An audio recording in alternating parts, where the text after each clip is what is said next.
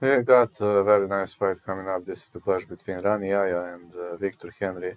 Rani Yaya, BJJ specialist, recently lost to Montel Jackson, but was better than Kyung Ho Kang. Ray Rodriguez, he's got brutal BJJ, fought to a draw against Enrique Barzola. Still in a good shape, and Victor Henry likes to go the distance. He is a master of long wars. His BJJ defense is top notch.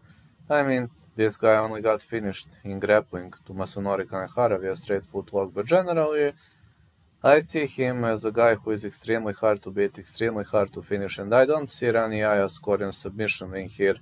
Yaya can take a beating. Henry, well, Henry is technical. I think this is gonna be a technical warfare. I'm gonna go with fight starts round 3.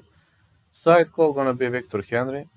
I see Victor Henry grinding his way to a potential decision win, or maybe, just maybe, late stoppage. But fight starts round 3.